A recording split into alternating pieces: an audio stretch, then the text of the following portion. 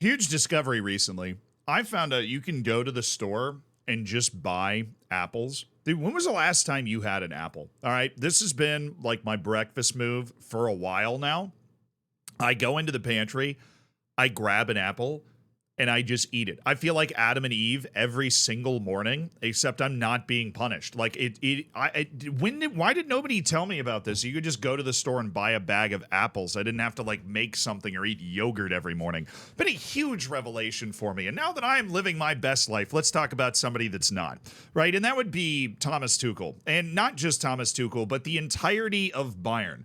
Because as I've talked about here before, Bayern has actually not had a terrible season. They're in the Champions League semifinal. And while they got knocked out of the German Cup really early because of Harry Kane, they still had a pretty good league season. They're on pace to have maybe even more points than they did last year. They just ran into a Bayer Leverkusen team that seems to be anointed by the football gods to win literally everything that they're playing in. That is a problem. And Bayern Munich having won 11 straight leagues, there is a certain degree of melting down that is occurring as a result of this defeat. And one of the guys that's involved in this is one of the guys that's always been, to me, a bit of a mystery. He's the guy that's been like the honorary president at Bayern for basically 40 years. He's kind of the Florentino Perez of Bayern. He's a guy that at various times has threatened the German national team to withhold Bayern players if Manuel Neuer didn't start as the German national team goalkeeper. Like, we kind of weird stuff like that. He's definitely somebody that I feel like if he's not winning the league could be involved in some strange controversies. And it seems as though we have entered that era. His name is Uli Hoeneß. I'm sure I'm not saying that 100% correctly, but Uli Hoeneß. If you've not heard his name before, then you get ready to hear it because he has apparently decided to make himself a bit more of a public figure in this situation. And if you ever follow the German League or Bayern, he already is a public figure. This dude's got thoughts on things. They're not as crazy as the thoughts of a lot of other leaders from clubs, but he definitely anchors down and he is not afraid to say what he thinks and try and bully and bend the world to his will.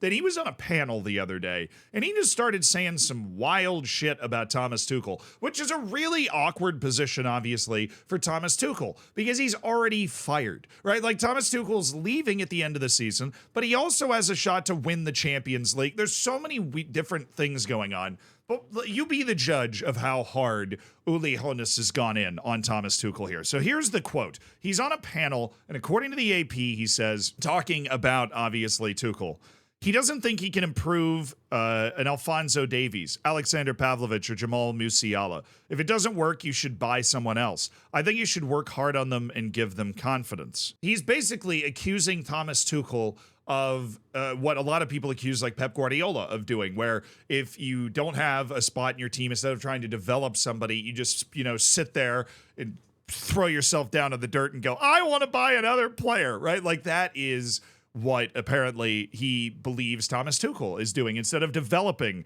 I mean, Alphonso Davies he's already cracked. Jamal Musiala is already amazing. Alexander Pavlovich just kind of breaking into the team right now. So throwing him in that conversation well, Pavlovich did just get a call up to the German national teams. It's not like the dude sucks, but he's a newer commodity where Davies and Musiala have been at this a little bit longer, at least at Bayern. And Hoeneß is just accusing Tuchel of not trying to grow those guys. He goes on, I have the AP article up as well. He goes on to talk about, he said he expects the coach to improve young players. And that's a reasonable expectation. I mean, Bayern Munich is known for being able to bring through a couple of wonder kids. But it is also known, in fairness and in defense of Thomas Tuchel, under the tutelage of Uli Hoeneß, it's known for stealing the best players from other teams. I mean, it's not like Mats Hummels or Robert Lewandowski, right? Like, these guys were not developed at Bayern Munich, right? They were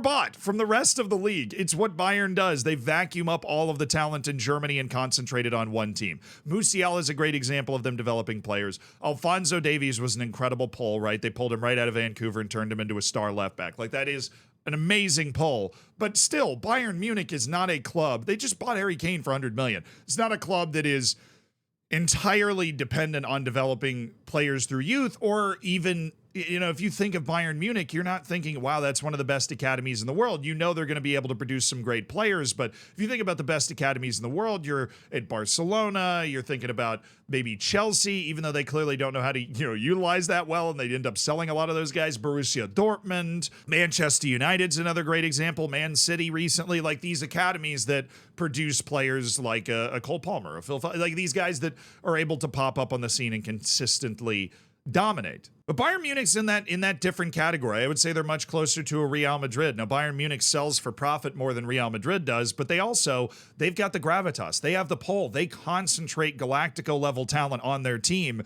from all around the world in order to be able to win as many matches as possible every single year. And Thomas Tuchel's that kind of coach, right? I would never think of Thomas Tuchel as the type of guy that's going to stay at the same club for 15 years and bring through a whole class of 92 style generation. That's not what you think of when you look at Thomas Tuchel. Now, of course, he gets asked about this stuff, and they've got Champions League to play, I believe, this week, right? So he gets asked about this stuff, and he is clearly not particularly pleased that he has to be dealing with this sort of thing right now from a guy who is the honorary president of the entire club. His response was, in reference to Hoeneß's statements, he says, "They are so far removed from reality that I don't know how I should answer. On the one hand, it insults my honor as a coach, because I think we've shown as a coaching team for the last 15 years that young players, especially from the academy, always have a place with us in training, and that they have a place on the field with their performances.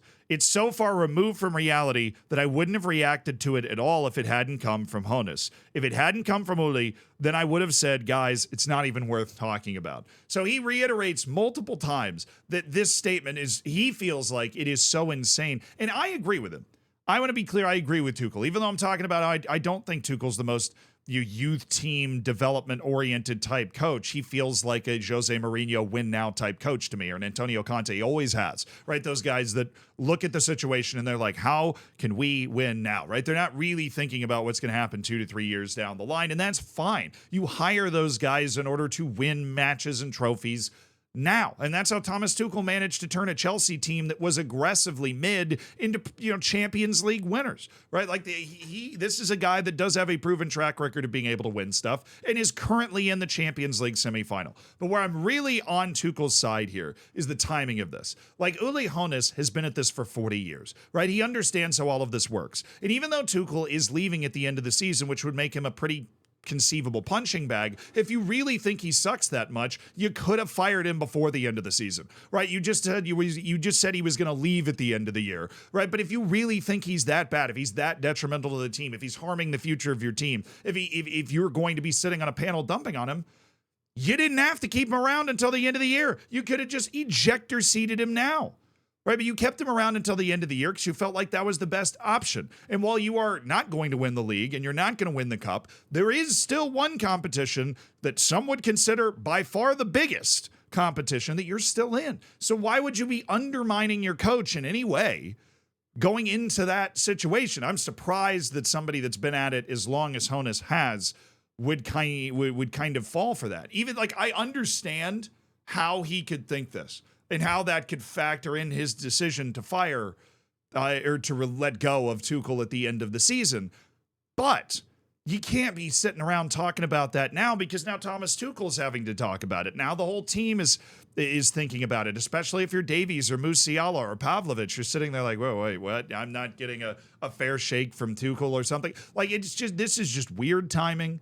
It's kneecapping your team going into a week with the Champions League. And Thomas Tuchel, legitimately knowing all of this, was stunned that Hoeneß said this. I can't even imagine how awkward it is in those meetings after a statement like this, because he clearly was completely blindsided by it, obviously pleading his case that he's developed youth players pretty well over the course of his career anyways. But on Tuesday, Bayern Munich will play at home against Real Madrid. Jamal Musiala and Alphonso Davies are probably going to be involved in that. But when according to reports at the beginning of the season, Thomas Tuchel didn't even necessarily want Harry Kane, but Bayern Munich and the leadership, like guys like Hoeneß, wanted that big splash signing. They wanted the new star striker, so they went and spent big to get Harry Kane onto the team. And now Uli Hoeneß is turning around and accusing Thomas Tuchel of throwing himself in the dirt and saying we need more players instead of trying to develop the young players that they already have. Dude, you have Matthijs Tel. He's one of the best young strikers in Europe, and you went and spent $100 million on Harry Kane. I'm not saying that was a bad move. move. Kane has like 200 goals this year.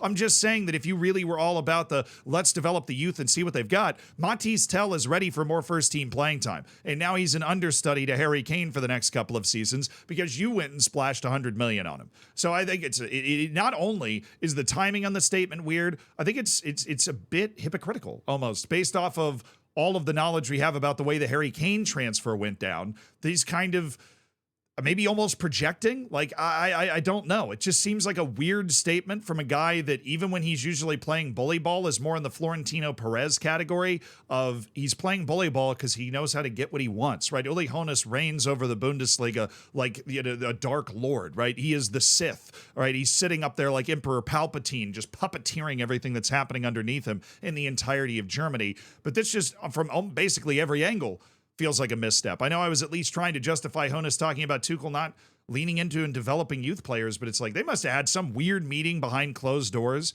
But if you really don't like Tuchel that much, you could have gotten rid of him. But you're keeping him around for the Champions League, and you might as well say something encouraging or, try and keep something off Tuchel's plate so that maybe you can win something anyways. And you can point at it, well, hey, even though we lost the league, we still won the Champions League. I mean, it's right there. Dude, there's 4 teams left in the competition. It's not like we're in the group stage and you're just talking shit because you want to talk shit. There are 4 teams left, right? And you're at home against Real Madrid in 3 days, dude. Just keep it together for 3 days and you've got a chance, okay? Just weird. Weird vibes all around. The old bigwigs in the footballing world, there's a weird voodoo going around right now. They're all saying some weird shit. It's weird.